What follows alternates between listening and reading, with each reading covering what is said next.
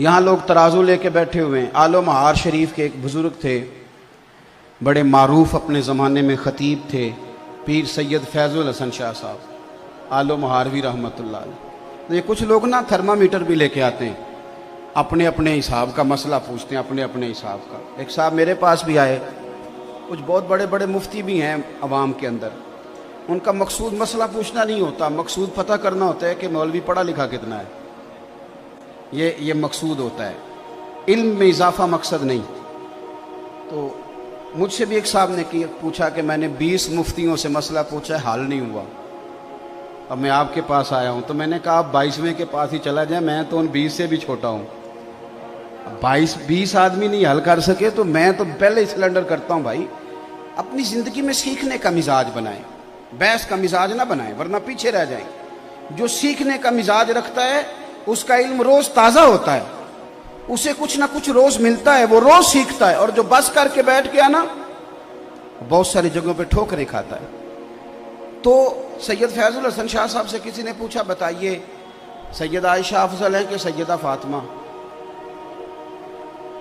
سید تھے، فرمانے لگے تجھے کس نے ترازو دیا ہے کہ تو تولے؟ دونوں کی بڑی شان ہے، بڑا مرتبہ ہے۔ وہ کہنے لگا جی نہیں، آپ سید ہیں، عالم ہیں، پیر ہیں، سجادہ ہیں، کچھ تو بتائیں۔ آپ فرمانے لگے بتا تو دیا ہے۔ کہنے لگے جی آپ نے بات گول کی ہے، اور کچھ نہیں تو مجھے اشارہ ہی دے دیں۔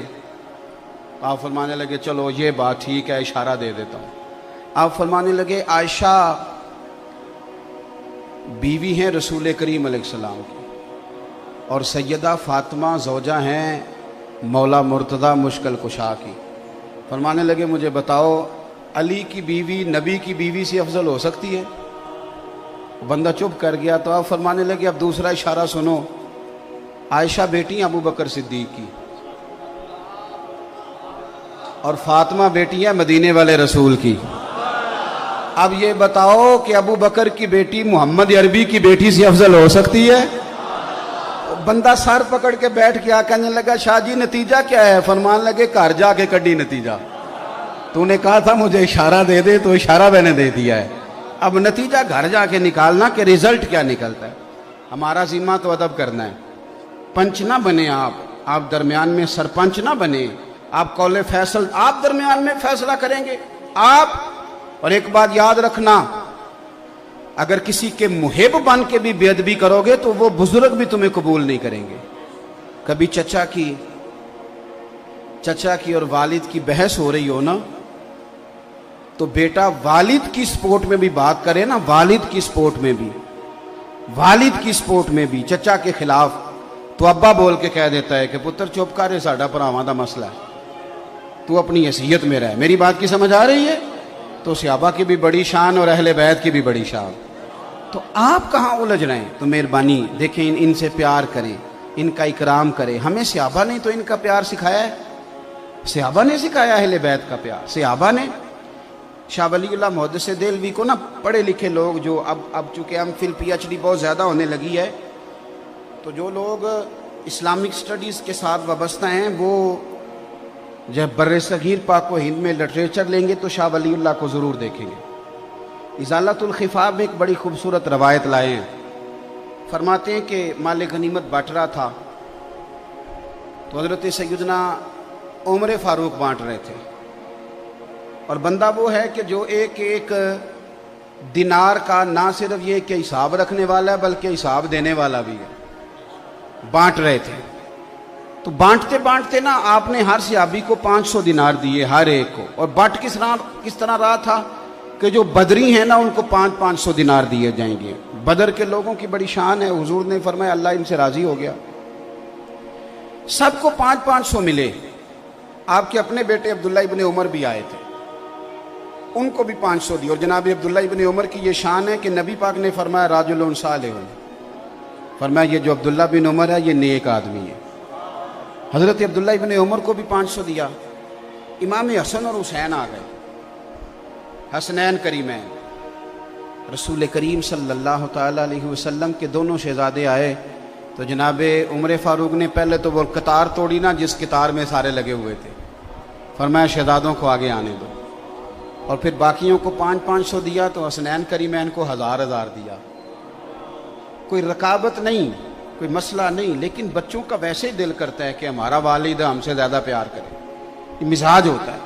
آپ دیکھیں نا، بھتیجے سے بندہ جتنا مرضی بھی پیار کر لے، وراثت بیٹے کو ملتی ہے، بھتیجے کو نہیں ملتی۔ حضرت عبداللہ ابن عمر نے گھر جا کے اپنی اماں سے بات کی کہ اماں جی، حسنین کریمین تو اس زمانے میں بچے تھے، مدینہ شریف کی گلیوں میں کھیلتے تھے، میں بدر میں جاتا تھا، احد میں جاتا تھا، خندق میں گیا تھا، ابا جی نے ان کو 1000 دیا اور مجھے 500۔ تو آپ کی اہلیہ کہنے لگی حضرت عمر کی کہ بیٹا چپ کر جا، اگر موڈ اچھا ہوا تو بات کروں گی، ورنہ شیر کے قریب جانے کی کسی کی جرت ہے نہیں۔ حضرت عمر فاروق 2-4 دن کے بعد رات کو موڈ مبارک اچھا تھا تو اہلیہ کہنے لگی ایک چھوٹی سی گزارش کرنی تھی، ناراض نہ ہو تو۔ فرمانے لگے کہو۔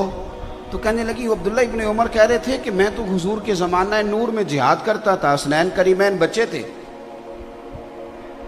تو انہیں ڈبل ملتا ہے، مجھے سنگل ملتا ہے، یہ کیا بات ہوئی؟ تو آپ نے فرمایا چل بلا ان کو۔ تو ماں ڈرنے لگی، کہنے لگی نہیں نہیں، انہوں نے کوئی اعتراض نہیں کیا، آپ مہربانی کریں۔ کہا نہیں میں کچھ نہیں، کہنے لگا بلا تو صحیح نا۔ بلایا، شہزادے عبداللہ ابن عمر تشریف لائے، حاضر ہوئے۔ تو آپ نے فرمایا پتر یہ تو نے کیا بات کی؟ سنو، یہ ایک غیر جانبدار آدمی کی بات عرض کر رہا ہوں۔ وہ لکھتے ہیں کہ جناب فاروق اعظم فرمانے لگے عبداللہ تیرا اور حسنین کا کیا مقابلہ؟ آپ اندازہ فرمائیں، فضیلتوں کی جو لسٹ ہے وہ اپنی جگہ موجود ہے کہ وہ بدر میں بھی گئے، احد میں بھی گئے، حضور نے ان کی تعریفیں بھی فرمائیں، ساری شانیں، اور بہت بڑے عالم تھے عبداللہ ابن عمر، انہیں مفتی مدینہ کہا جاتا تھا، لوگ ان سے استفتاء کرتے تھے، سوالات پوچھتے تھے۔ حضرت سیدنا عمر فاروق فرمانے لگے تیرا اور حسنین کا کیا مقابلہ؟ اور پھر فرمانے لگے بیٹا کیا تیری ماں کا نام بھی فاطمہ زہرا ہے؟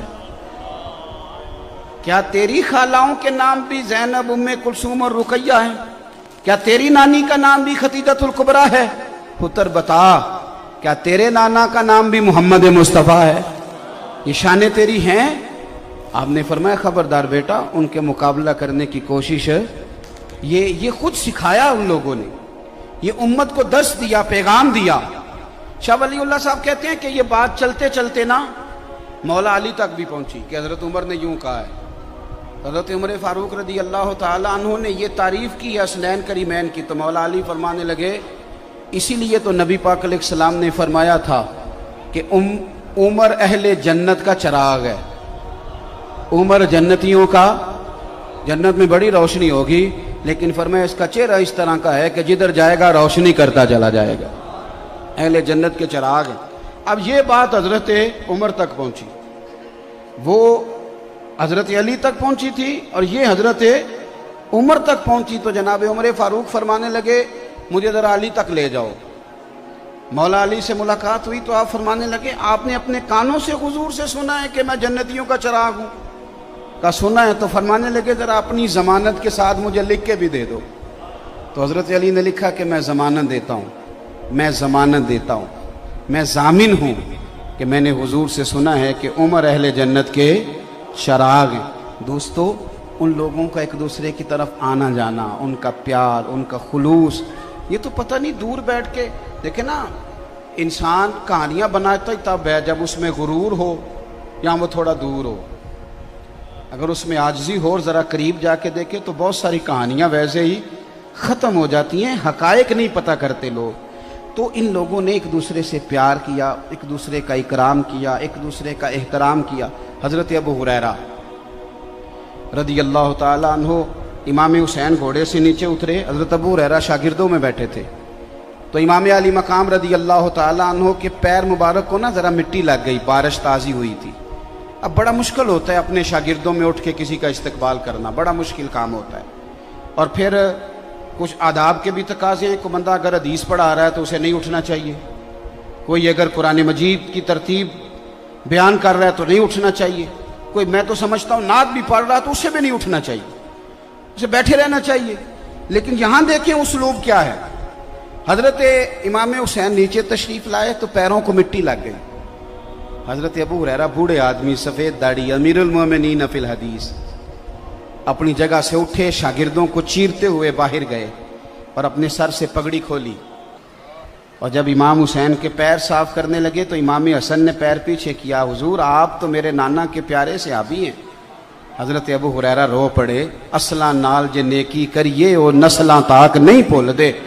حضرت ابو ہریرہ رو پڑے اور رو کے کہنے لگے، حضور نہ، میں سفید اور کالی داڑھی نہیں دیکھ رہا، بلکہ میں تو آپ کے نانا کے خون کی خوشبو محسوس کر رہا ہوں۔ تو صحابہ، اب ہمارے کرنے کا کام کیا ہے؟ چونکہ وقت تھوڑا رہ گیا، ہم نے کیا کرنا ہے؟ اگر کچھ لوگ بحثوں میں الجھے ہوئے ہیں اور وہ اسی کو دین سمجھتے ہیں تو انہیں الجھا رہنے دیں۔ ہاں، اہل حق میں سے کوئی بندہ اظہار حق کے لیے کوئی دلیل پیش کرے، اس کی مخالفت نہیں، لیکن بلا وجہ چیزوں کو الجھانا اور بلا وجہ الجھانا، اس کا مقصود کوئی نہیں۔ آنے والی نسل کے لیے خرابیاں پیدا ہو رہی ہیں، ان کے ذہنوں میں صرف انتشار رہ گیا ہے، سوائے اس کے کوئی چیز نہیں رہ گئی۔ ہم نے کیا کرنا ہے؟ ہم نے کھل کے پیار کرنا ہے نبی پاک کے خاندان کے ساتھ، اہل بیت نبوت کے ساتھ کھل کے پیار کریں۔ آپ کا نا ایک شوق ہو، ایک ذوق ہو اہل بیت نبوت کے لیے۔ ان دنوں میں خاص کر امام حسن کی تعریف کی حدیثیں سنیں، امام حسین کی تعریف کی باتیں سنیں، حضرت مولا علی کی شان سنیں اور اس شان کو جگہ دیں، یعنی آپ کا چہرہ کھلے۔ کوئی ضروری ہے ہم نے بحث ہی کرنی ہے؟ آپ کا دیکھیں اعلیٰ حضرت بریلوی رحمۃ اللہ تعالیٰ علیہ، آپ نے لکھا ہے فتاوی رضویہ شریف کے اندر، اور حدیث کے راوی سیدنا عثمان غنی رضی اللہ تعالیٰ عنہ، اگرچہ بخاری مسلم میں بھی ہے، لیکن اعلیٰ حضرت فرماتے ہیں میں نے بہت ساری کتابوں سے جوڑ کے نا الفاظ حدیث یہاں جمع کر دی ہیں۔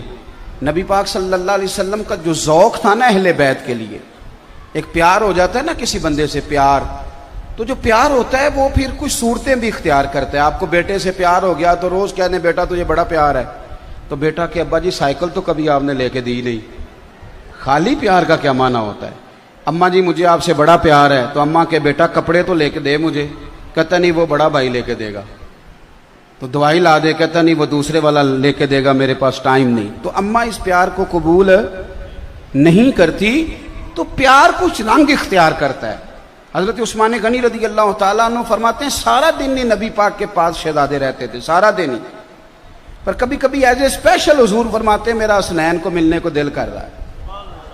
آپ اس ذوق کو سمجھیں، یعنی میرا موقف یہ ہے کہ کبھی کبھی آپ مفتی صاحب سے آ کے کہیں جلسے کے علاوہ بھی، جمعے کے علاوہ بھی، کہ حضرت جی کوئی حدیث تو بیان کریں امام حسن